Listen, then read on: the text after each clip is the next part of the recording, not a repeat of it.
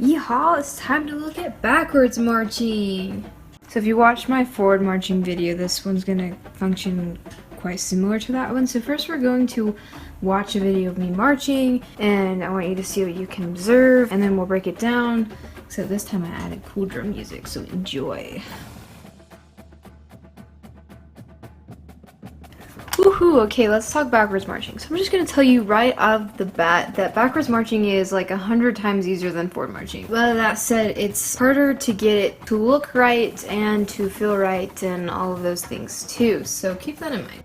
The first rule of backwards marching is that your heels will never, ever, ever touch the ground, because if you do, I swear you will die. That being said, it's also not a good idea to drag your toes along the ground. That just sounds gross and it also looks bad. It loses a lot of energy. So that brings us to our next point. The flex foot is actually a really underappreciated part of backwards marching. You can see here that as my foot comes off of the ground, it also flexes and swings backwards in order to take the next step.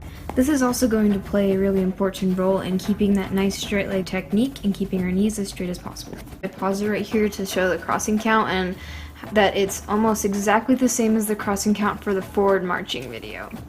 The next rule of backwards marching is that push is your new favorite four-letter word. This is really important because a lot of marchers, especially new marchers, tend to take smaller steps going backwards than they do going forwards. The more you push, the farther you'll go backwards. Push is also different than reaching. Reaching with your backwards foot is not the same as pushing with your forwards foot, which is the correct way to backwards march. Pushing instead of reaching will help keep the center of your balance between the 2 feet and not more of your weight on one foot versus the other.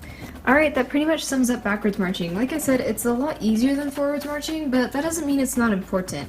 Good marching can mean the difference between a good sound and a bad sound, so it's really important that you understand how to do it well. While you backwards march, always remember to keep good posture and to not lean back, because a lot of people have a tendency to do that. If you do these things and follow these tips, then I have no doubt that you'll be able to have good backwards marching in no time. Thank you for watching.